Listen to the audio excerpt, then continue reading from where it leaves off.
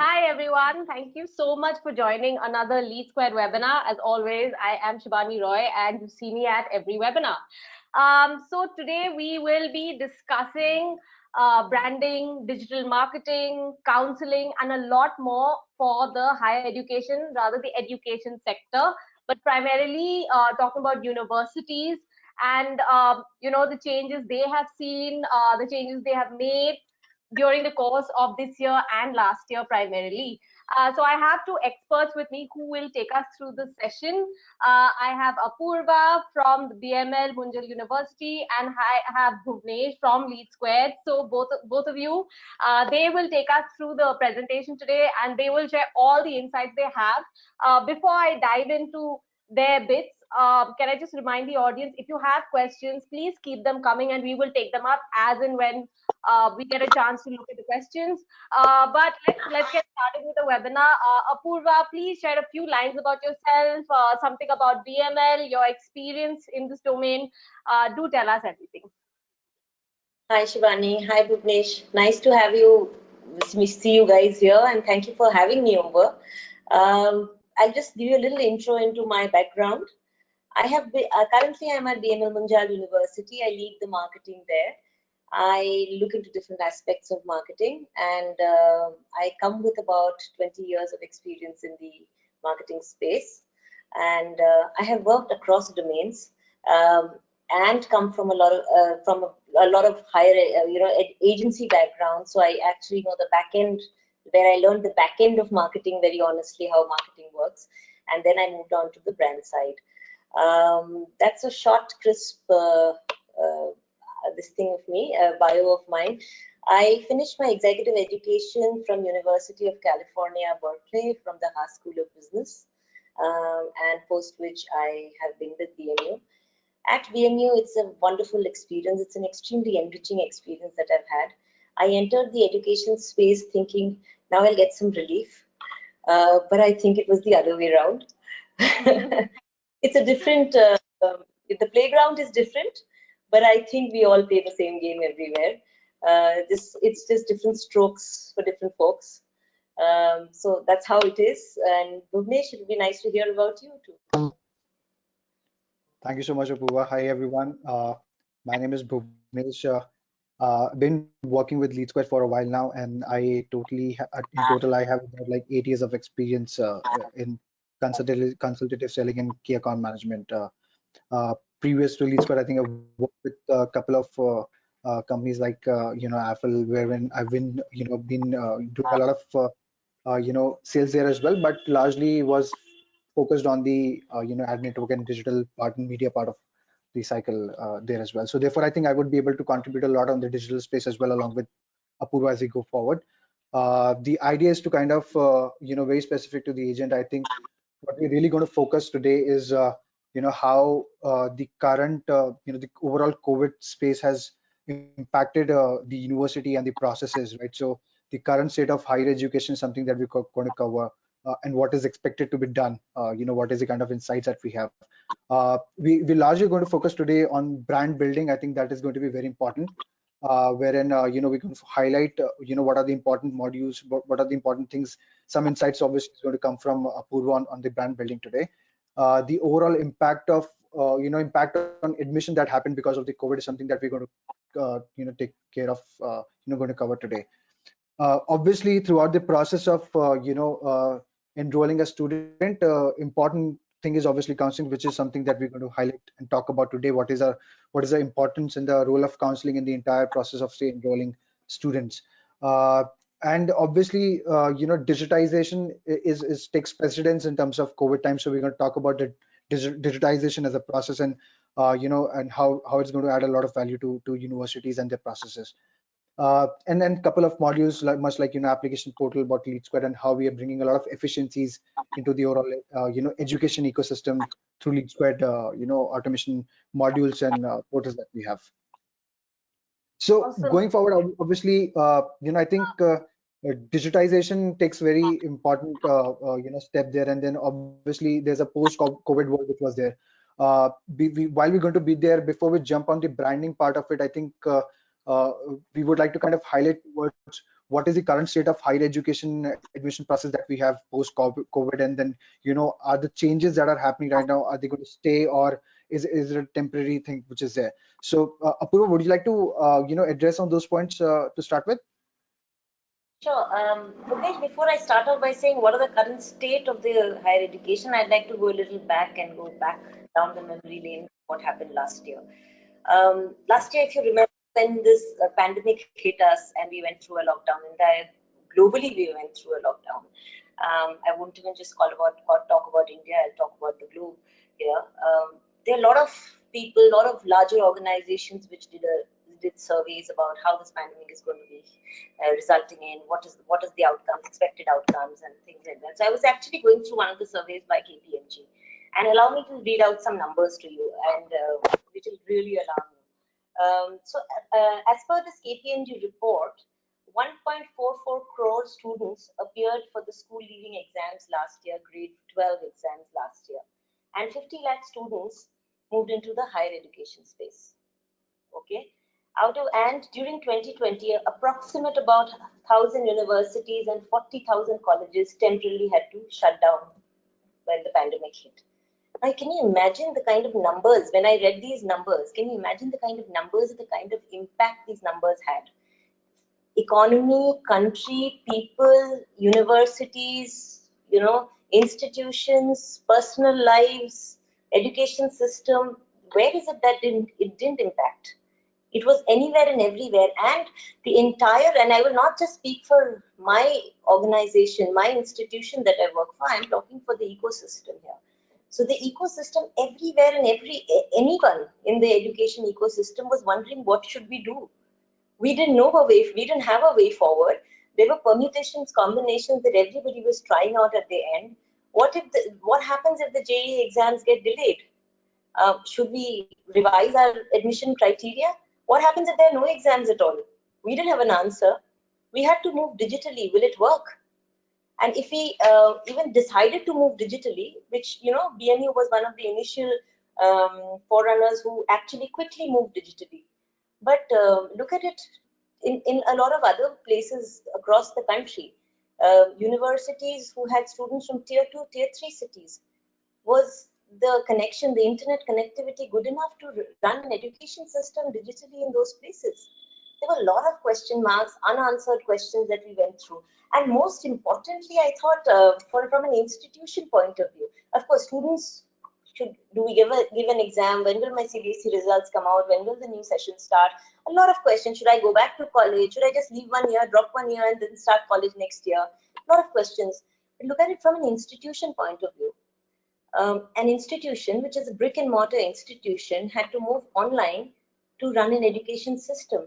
How do you think that it affected anybody's top line and bottom line? I mean, of course, you have a capex that you've created. There's an operational cost that you are going through. How are you going to balance look into your balance sheet? What are the P&L statements? I mean, a lot of confusion across boundaries, across universities, across people. But like I said, there's always I'm a big fan of positive thinking. So I say there's always a silver lining in the cloud. So when all of this was happening, I think good things that happened out of this was people started enrolling in students in smaller cohorts. They got used to smaller cohorts. Smaller cohorts resulted in more personalized education. A student and a faculty, the gap between a student and a faculty reduced. Student could reach out to a faculty member and clarify their doubts at any point of time. All you had to do was send a WhatsApp message. And improved online system. How did I mean, I wouldn't have ever thought about doing a webinar like this confidently if it had not been the whole of last year, honestly. So improved online teaching, learning, working, all of that.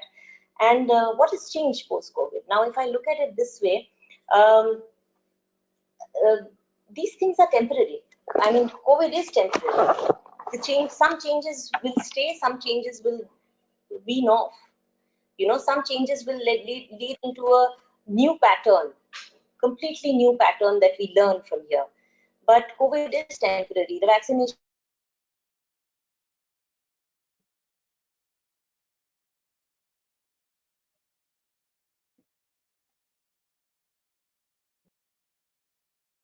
Bhuvnesh, can you hear Apurva? No, I think we just lost her. Yeah, Apurva, we So anyways, can't I hear think The ones who managed to do it at the initial level, who were the first forerunners who managed to do it, the first mover advantage, are the people who have understood how the online system works. They will have better technological solutions. Can you hear me now? yeah, we can hear you. Yep, So they will have better technological solutions and lot stronger student support systems. So to me, some of these changes, education probably will never be the same again. It will be in a blended format. It was always in a blended format globally, but in India, it's a new thing. And blended format for certain aspects of education will work, and the other aspects may not work. So that is the biggest thing that I see. The admission process, any which ways, was online. Part of it, which was offline, may not go back. This is something. I mean, I don't think so. It's too much of a worry, and we need to contemplate about. So my only thing is to pick up the good from what has happened the whole of last year, and see what we can work towards and make it even more better. So absolutely. that's how I look at the world post-COVID. Actually, the post-COVID education world. And in fact, on the post-COVID side, I think largely from technology, platforms or maybe adoption perspective, we've been seeing an aggressive, adoption in the technology by universities who largely were operating on very offline business. I mean, in the very offline way.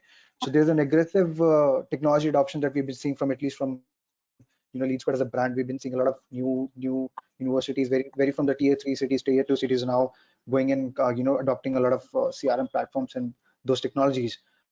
Aggressively, we've been seeing there's an increment and uptick in the marketing spends as well.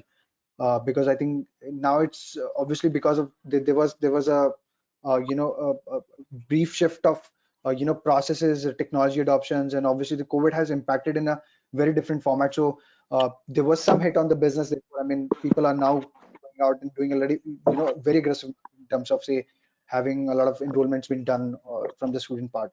So that's there. I think that's been rightly pointed out, Apurva. Uh, Moving on, I think something that we really want to talk about is how university admissions have pivoted, post-COVID scenario. So, so would you like to highlight on that how the exactly things have shifted?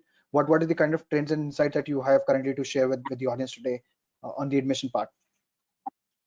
So, like I mentioned, and I'll pick up from what I answered before, uh, most of the admission process has now completely moved online. There used to be an offline part to it, a lot of it has moved online. The way we are disseminating information across to our students about our brands, about our universities, has become a completely online space to be in.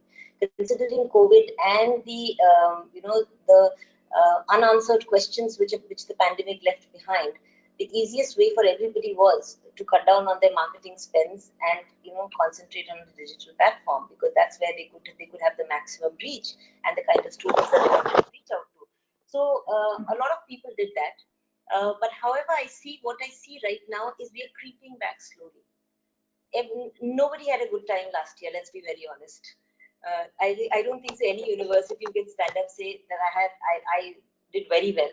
In some places we did well, and in some places we couldn't manage. Yeah, I mean it was a situation that was not in control, and so all of us had to face it. However, going forward now, I also see that I see a certain amount of shift in the behavior of the students as well. So I see that now that the students are keen to come back, you're keen to bounce back into your regular life. Quality has taken precedence over quantity. Um, a Absolutely. student, a student who actually is looking out for a certain set of universities, say if you have a top five, if you have a consideration list of about top five people, he will look at which of these brands out of these top five universities are speaking my language, which are the ones who are relevant to me, who are the ones who are selling versus who are the ones who are counseling, who are the ones who are doing things which, my mindset resonates with. Now, it also depends on the kind of student, the quality of student, not the quality, I wouldn't say, the category of students that come into your university. I mean, quality would be a wrong word to use here. Category of students. So you could have a lot of tier 1 city students, or a tier 2 city students, or tier 3 city students. Irrespective of that, the student will look out for people, for universities and brands with which they can resonate with. And that, I think, has a lot of responsibility on the brand per se, which comes up saying that I cannot be another Me Too. I have to stand for something. I have to resonate about something. I have to believe in something. That's why this category of students who I aspire to bring into my university will come to me. So that is something that I see. So value proposition, brand relevance are even more important right now. In the admission, so the lines have become completely blurred. You have to stop doing, stop pushing, and you have to start pulling. So when you start pulling, the push and pull technique, you have to stop pushing completely, because people know what they want. People know, I want to be with, if you ask a student to say, I want to be with a university which this, they'll easily answer that question. So it is for us at the university level, at the brand level, to understand what do I want to stand for, and what is the kind of students, what is the category of students that I want to have in the university, in my institution. So those are the some changes that I see right now, primarily which are happening, and there's a behavioral shift. Admissions has moved online, and tomorrow when we also go offline to some extent, maybe a part will also go back offline. I don't think so that should be so much of an issue, but people really do look and ask a lot of questions in today's date, which are much deeper than what they asked before.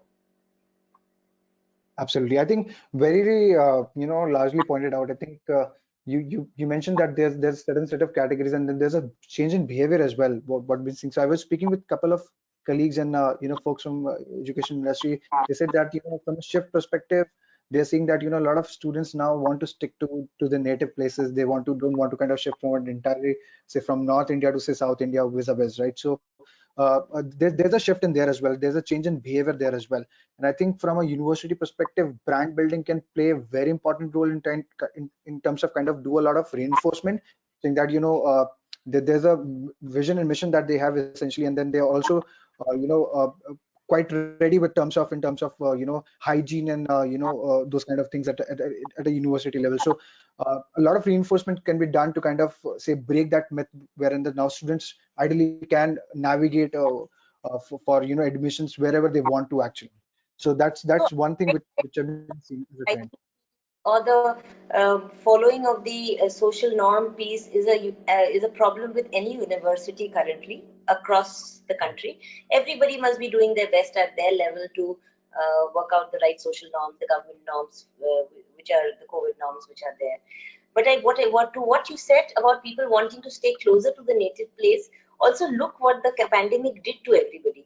I mean, not just students, it brought us all back to our homes. So it actually connected back families, it connected back lives, helped us rebuild on our family values. So I think once we've understood the importance of that, a lot of people want to be closer. And on the reverse side, the parents are also similar. Parents want to be closer to their children. So in case of an emergency, I should be accessible.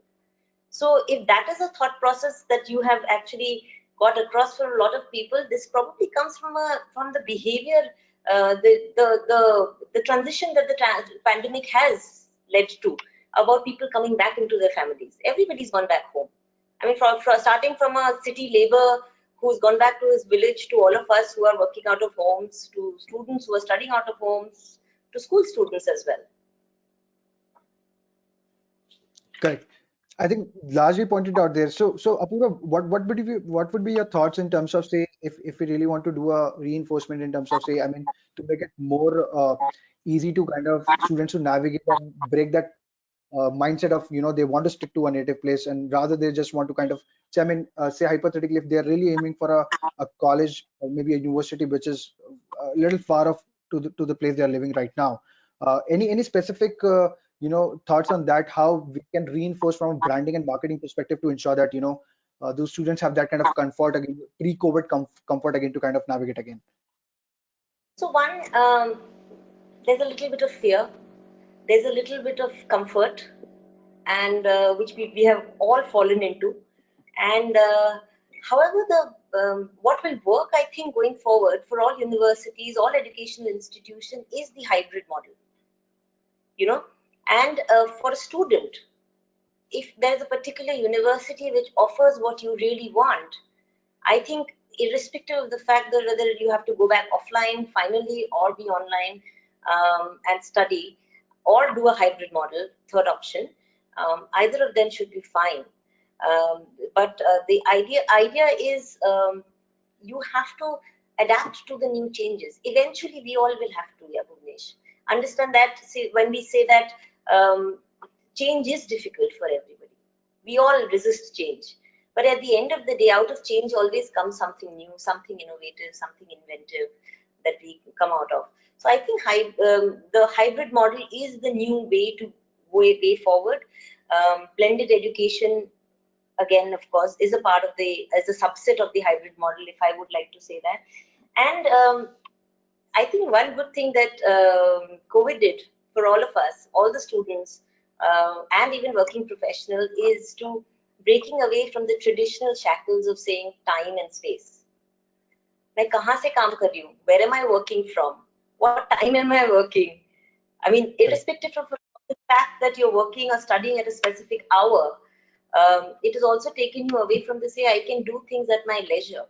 Okay, I mean, Sunday, Monday felt the same. So I can sit back on a Sunday and finish my Monday work and be a little more free on Monday. I'm just giving a hypothetical situation, but the traditional shackles of time and space have gone. So while it is good, it is also got its negatives, but I'm talking about the good things right now. So that is another thing, that the new direction I think everybody needs to follow.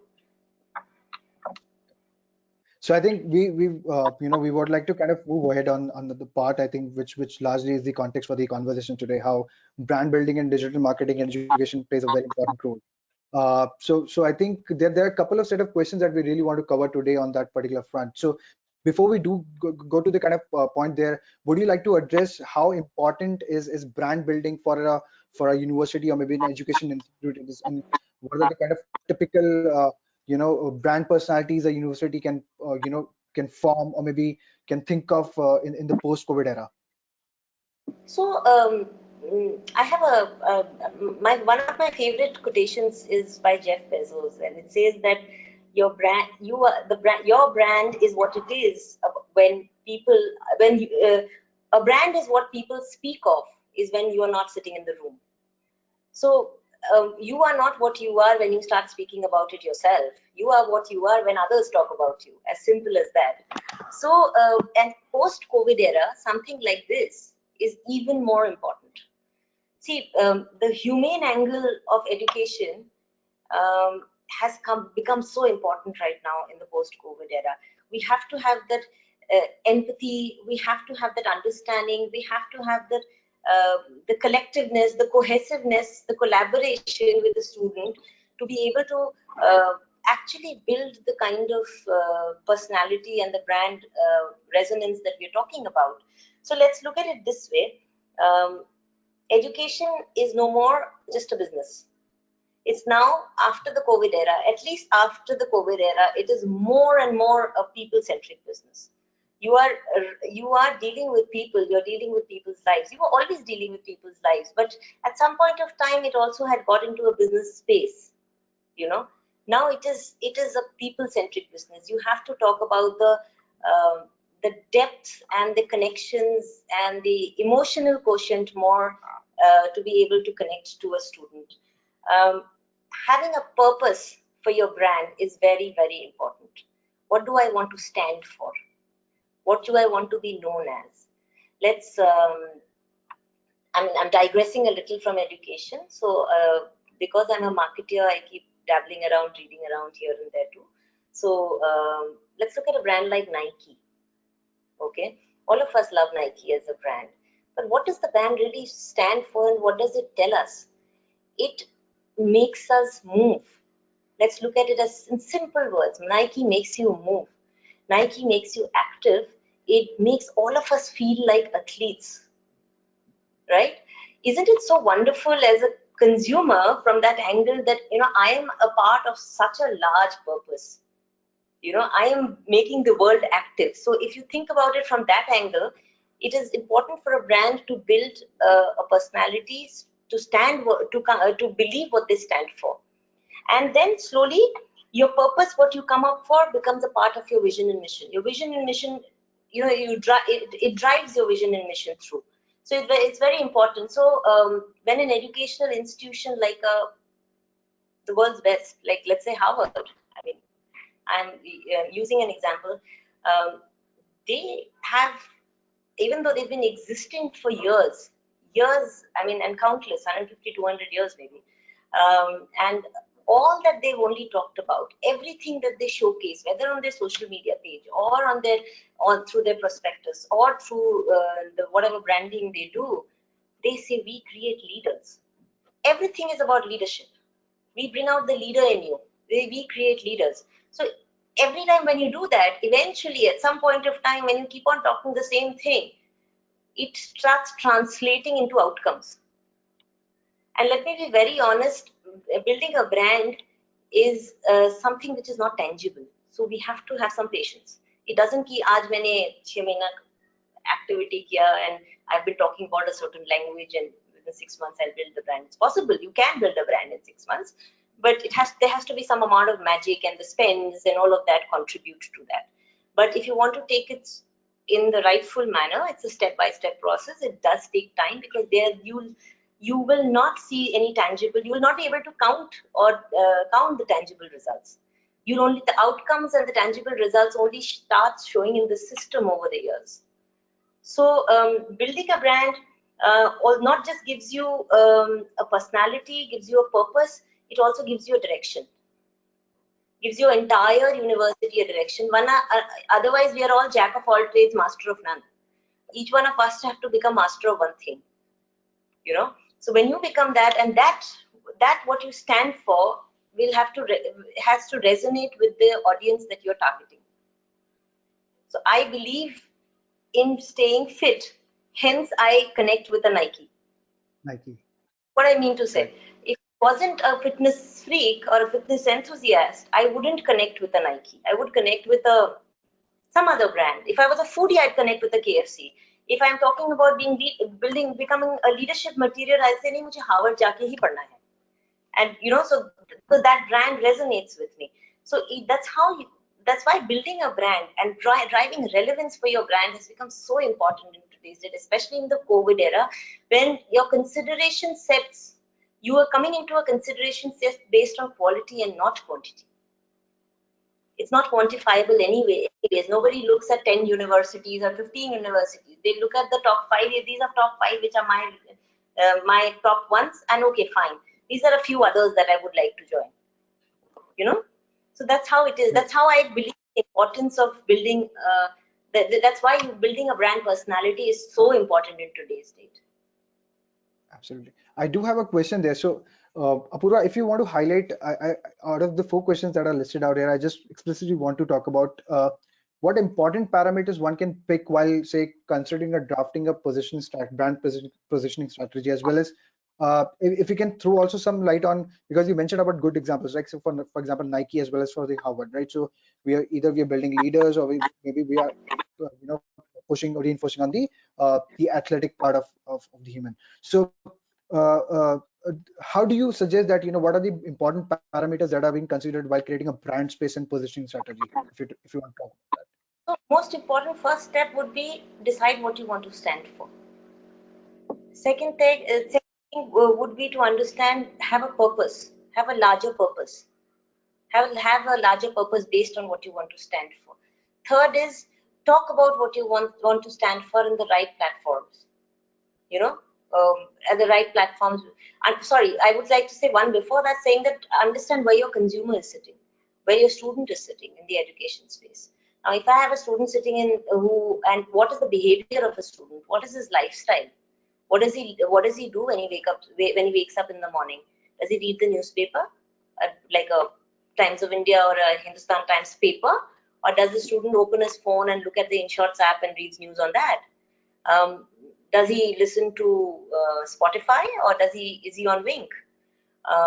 What kind of programs does he work or watch on OTT?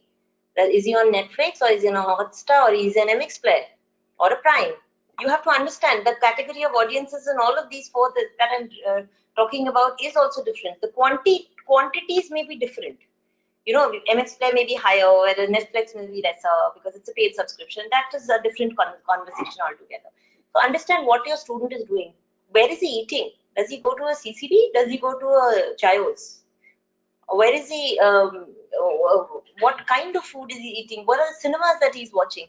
Once you know all of that, then you can actually, based on the personality that you've created from your brand, connect both the students, your consumer's personality and your brand personality, and use various platforms which are applicable to where your student is, where your consumer is when you start promoting yourself across those platforms. So, for example, if I think I am targeting somebody who wakes up in the morning, reads this app, news on his app, puts on his earphones, picks up his backpack, sits in his car, drives down. Which route does he take? Which are the billboards he'll see on the way? When he reaches a specific place, which is the restaurant he'll probably meet his friends in? You know, things like that. What is the kind of music he's listening to? What is the kind of mobile phone he carries? All of that define the psychographics and the demographics of the student, the consumer in the education segment for us to decide. It is when we say digital per se, or we say offline per se, there's no such thing.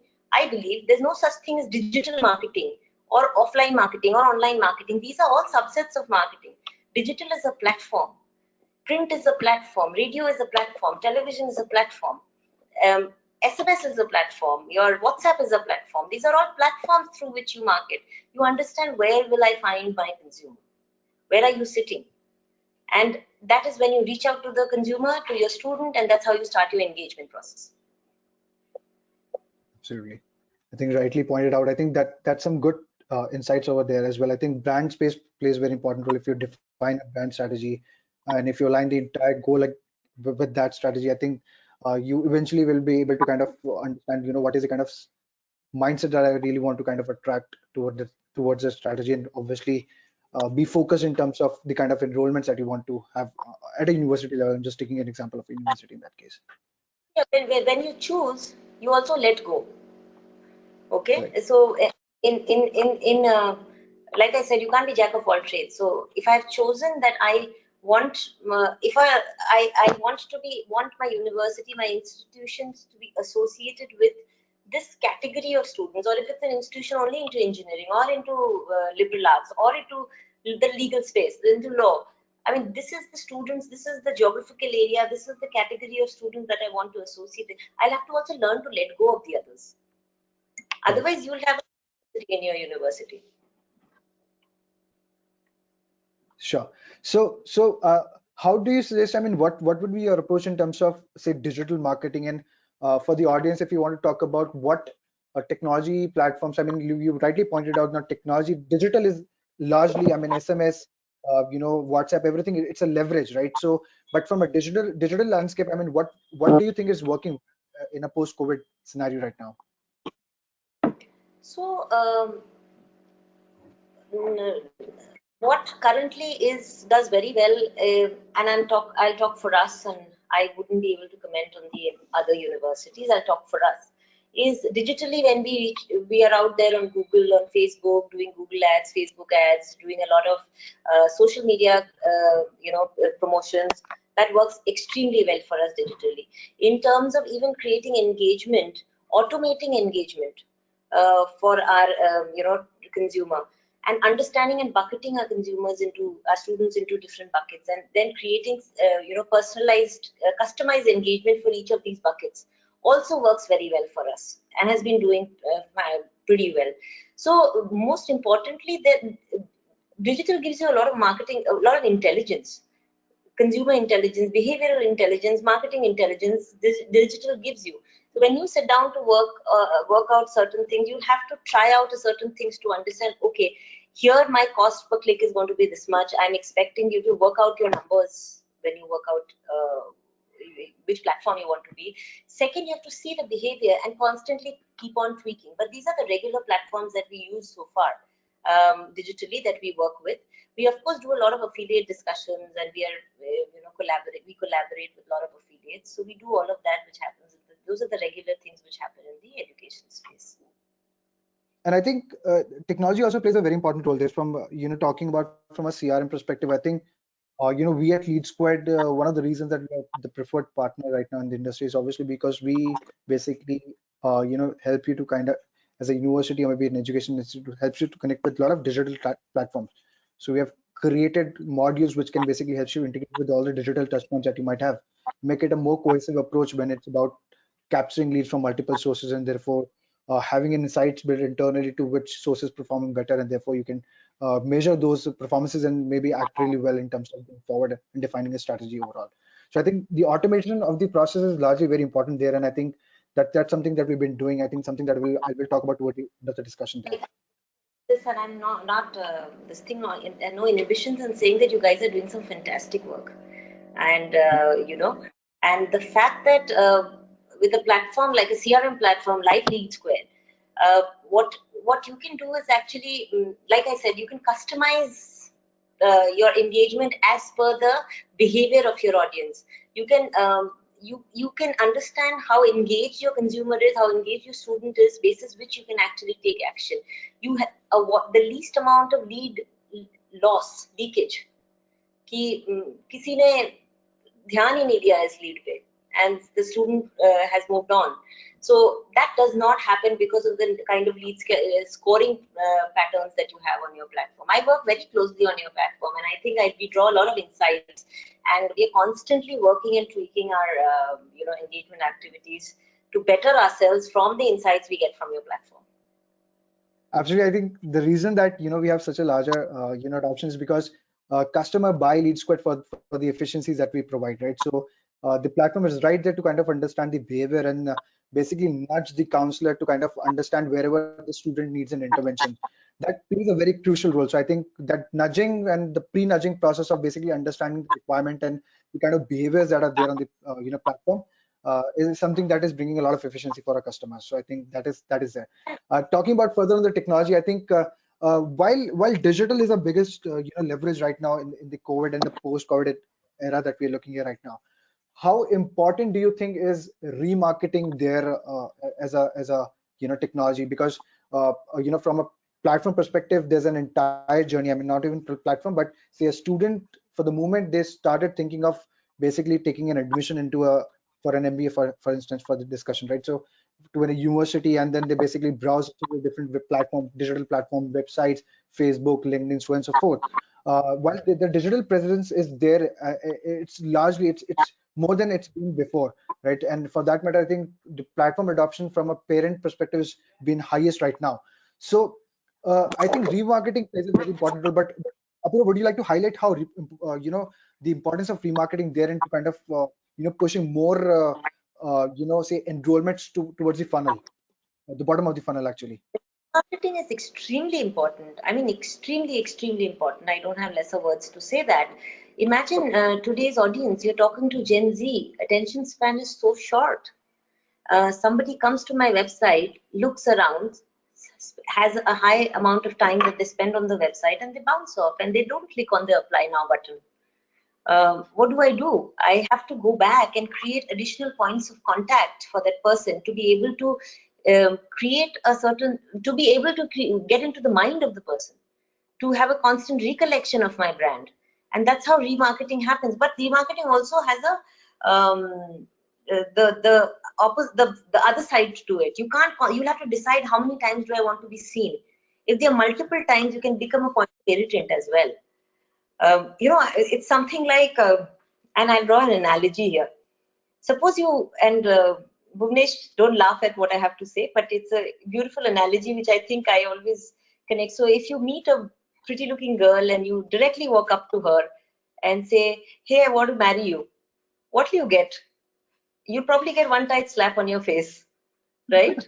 But on the contrary, if you have to go to the girl, walk up to the girl and say, hey, can I have a cup of coffee with you? Would you like to join me at Starbucks? And you'll just have one coffee date, and then another coffee date, and another coffee date, and then take her out for dinner and lunch. And then finally you'll say, okay, propose. And then you'll say, I get married. So this is exactly what remarketing does. It's building a relationship, building trust. You know, it is every time you're meeting the person again and again, you're actually going on a date. You know, as simple as that. So the number of times should be counted. Multiple times. Zyada bhi acha nahi hota, kam bhi acha nahi hota. You know, people will forget you. The adequate And is have a lot of the other adequate is behind. So similarly, remarketing, you have to be very careful about how many times you want to be seen by your student, by your consumer, or a parent if you're targeting for that matter. But also be there so that the person, you slowly start building your consideration in the mind of the person. You start building a relationship. You start building a trust. That's what remarketing is all about. Building your trust and relationship with the student. absolutely. And I think from a remarketing, because I think platform also as a LeadSquared platform, we've been doing a lot of remarketing on say Facebook as a platform and Google as a platform. So therefore, what we've been seeing is that a lot of marketers use retargeting as a model just to kind of build a lot of subconscious intent of being present there. Not like you pointed out that really nicely that it's too much of it, it's not good. Less of it is also not good. So I mean, between the lines, there has to be a right set of re-engagement that can happen, but can build a buying intent, or maybe an intent for take a decision very quickly. So subconsciously, a brand should be available to them, so that whenever they think of hey, I want to pursue an MBA from the best university, the university name should ideally be there in the mind, so that you can take the relevant actions there as well. So I think No, and that is there. primarily about building trust. I mean, what you say about building subconscious is, when I need trust, when I can believe on somebody, I will take action about that thing. Simple. Correct.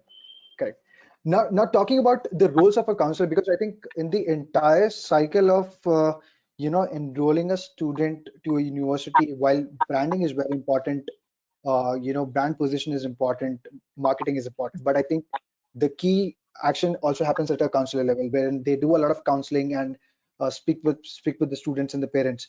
How do you suggest that, I mean, in terms of the attributes, what attributes one should ideally look into counselor perspective, and how important is it to kind of align the counselors while they are making a pitch to a student or a parent, align towards the mission and vision of the company? I mean, would you like to throw some light out there as well? So let me first delve into understanding what is a counselor supposed to do.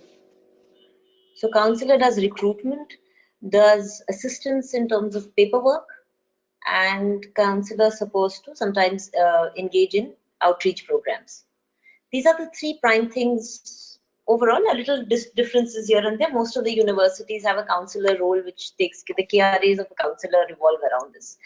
Now, when I talk about a brand, so I am sitting here creating a brand, creating communication which resonates with the vision mission of the university, which is going across various platforms in terms of design, art, videos, students talking, webinars, SMSs, WhatsApps, digital ads, all of that. Same thing. It has to be the same thing. How different is it for a counselor? A counselor is the face of the university, is the brand face, the face of your brand a student needs. So if you have a counselor who's trying to sell, then the entire purpose is lost. When you're trying really not, the counselor who's doing a push strategy versus a communication which is doing a pull strategy. You've entirely lost the purpose. So counselor really needs to be very, very, from the best of that I understand, and I can have people asking me questions on this, but I think a counselor needs to be more of a guidance factor. He needs to be a guide, social, psychological, educational guide. So that I can trust you, I can put my career in your hands. And it's a huge decision. It is not like buying a burger. It's not like I'm spending that kind of money to buy a burger. So I am actually making a conscious decision, and a counselor for a parent as well. I mean, a parent has to rely on a counselor, be able to rely on a counselor to say that, I am putting my child's future in your hands. It's a huge thing. And when you're saying that your brand stands for XYZ, how is it going to make a difference to my child? The counselor should be able to articulate that and spell it across. So I think a counselor is the first face of the brand. And the student will forget everything, but every post that I do on social media will never forget the first counselor who you communicated with when he was trying to get admissions. So that brand, the resonance of the brand, the language of the university. See, when you build a brand also, no, when you're really consciously trying to build a brand, everybody in a university, starting from the guy who opens the gates of the university to the senior most level person at the university, could be a chancellor, vice chancellor, everybody has to speak the same language. Everybody has to believe in the same vision mission. And that belief system, when it has such a collaborative effect, it starts percolating into outcomes. The pedagogy will change, the curriculum will change, the outcome of the curriculum will change. Students will start giving outputs which are equivalent to what you are expecting. When they step out in the world, they're performing. See, what does a degree do to you, honestly? I mean, I went to UC Berkeley and did my exec MBA there. And what does a degree do to you? A degree gives you a foot into the door. Darwaza khul jata hai aapke liye. But after you get inside the door, what you do, your skills, your talent, your soft skills, your knowledge, all that comes to use. And that is what is important to understand, that, I come from this breed of college, this university, this college, which talks this language. That is why legacies, that's how legacies are built. That's why you'll see institution with who are born out of certain legacies always have a certain category of students, certain type of students that they give birth to, because it is the entire legacy of the group or university's legacy that follows suit always it follows into your character. It becomes your part of it. Absolutely. So a counselor is extremely important. He has to showcase your brand. He is the first face. I mean, I can remove the building of the university and put a counselor's face. It's equivalent. The counselor speaks, they should be trusted. I should be able to trust a counselor. Absolutely. I don't go you can have an extremely good building. I mean, a lot of universities in today's have great infrastructure. We have some fantastic infrastructure. And there are equivalent universities across the ecosystem which have great infrastructure. Does the infrastructure and the vision mission come out when the counselor is talking? Does everybody in the university believe in that? That is very important. It has to be a chain. It has to follow suit. And counselor is the first part of the chain, very honestly. I think, yes, definitely. I think that's rightly pointed out. If it's a front face, so obviously, larger level of understanding from a brand perspective. The counselor is, if it's going to be front face, obviously the kind of consulting that they do will play a very crucial role in terms of how you're basically enrolling students and what category of students, something that you also want to enroll. Like you pointed out something in the previous context, that that's where I think that the fine line really remains, wherein you have to select what exactly is suited basis on the brand position that you're trying to do. And I think legacy point plays a very important role. I think if somebody has to kind of get a chance to kind of attach to a legacy, I mean, that the legacy basically will once you own that, I mean, that resonates the kind of the way I want to project myself into the industry actually. So that's really a nice point that which has been pointed out. Talking about counselor being there important in the overall ecosystem, couple of points that we really want to talk about is how communication plays a very important role in terms of from technology, and to what extent I think efficiencies are required to kind of automate a process of making the life of a counselor easy while actually having speaking with a student there. So Apurva, would you like to kind of talk about how communication becomes very important in this case right now? See, the engagement patterns, engagement processes are made easier by technological developments like CRM platforms like LeadSquared and all. Engagement processes become easier. Now, when a counselor is becoming such an integral part of it, a counselor understands what level of engagement has happened with a certain prospect. And then the counselor takes action accordingly. So the say tools like LeadSquared actually guide a counselor to understand that this is the behavior that the student is showing. He's highly engaged. He's also come to the website. He's also done this. He's also done this. He's also done this multiple times. And hence the student should be tackled in a specific manner. So, tools like these make it very easy for people, people like counselors, for marketeers, all of us to, give a personalized engagement, create a personalized engagement process and system for our prospects that we have. And enrollment processes, of course, it's an online platform. It's a very easy to maneuver platform, LeadSquared. So it's once you go through a certain training, and we've got some great people who've trained us, and we've always gone back to people and said that we've had issues, so help us out, and immediately somebody's got into action to help. So we've had some great after sales service as well. So enrollment automated, so that makes life a lot easier.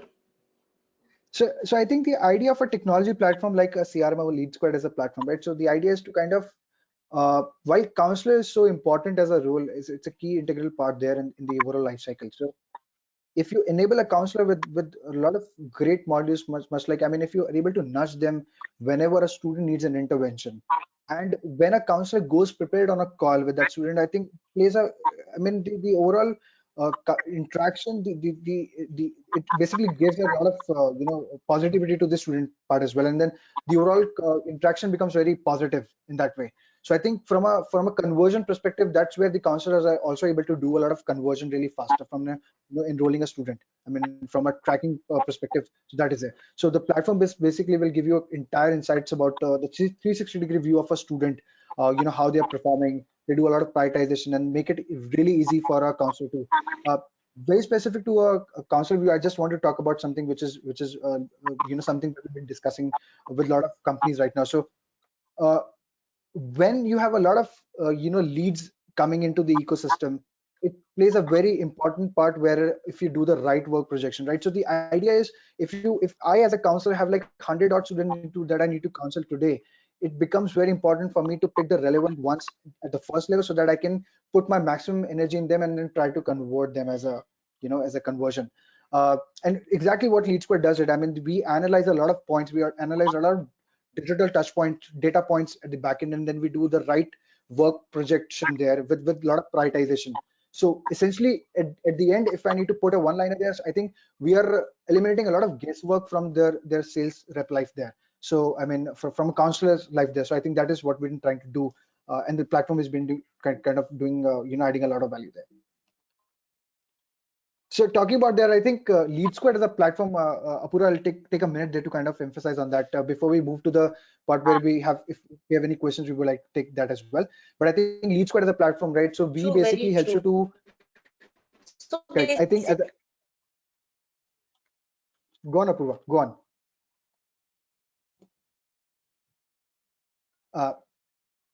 Anyways, so yeah, Apurva, are you there? Apurva, actually, your voice is breaking up there, so we can't hear you. Maybe say something. No, we can't hear you. We can't hear you.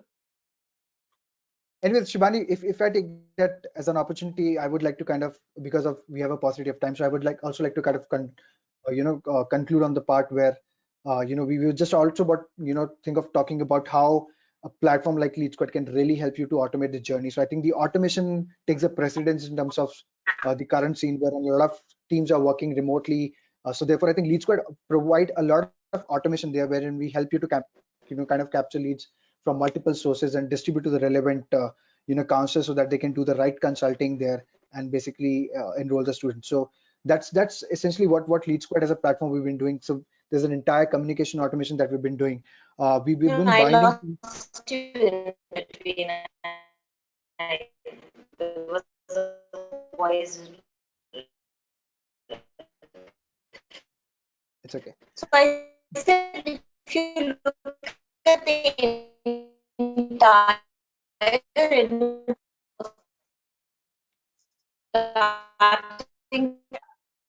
Purva, actually, there seems to be a major lag at your end. We are hearing you well after you've sort of said those lines. Right. So, Shibani, I think to Sorry? kind of,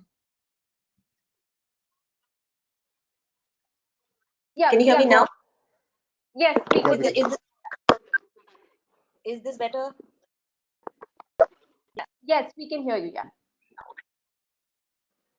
So I was actually talking about the automation is bringing a lot of process efficiency into the overall digital ecosystem. So that's where we've been adding a lot of value. So that is something that I also wanted to contribute from a product perspective. So that is there. Shibani, over to you. How do you suggest? Do we have time to kind of take questions right now? I think Apurva has a hard stop at 4, I believe, and most of the questions are directed to her. So for the timing, and a lot of them were answered also during the course of the presentation. So Apurva, I will definitely reach out to you with questions from the audience, and if you could please help me with those answers, so we can respond. And just before we conclude, may I also say that we've got some really nice comments from those who are listening in. So clearly, they were very enlightened, or they got a lot of insights from this session. So again, I will share those comments with you post session. Yes, it is 4 o'clock, so we will end the session. Thank you so much, Bhuvnesh. I've realized you are a great host, so I'm definitely gonna reach out to you for more sessions like these. And thank you so much, Apurva, for giving us your time. It was wonderful listening to you, and clearly our audience liked what you had to say as well. So thank you so much. Thank you, Shivani. Thank you, Bhuvnesh. It was great Thank having you, you Puma. Thank you, all Shibani. both. Thank you. All Thank right, you so much. thank you Thanks, so much. everyone. Yeah, take care. And if you have friends in the real estate sector, we have a webinar for the real estate sector on the 8th of April too. So do spread the word. So thank you so much, everyone. Take care. Bye-bye.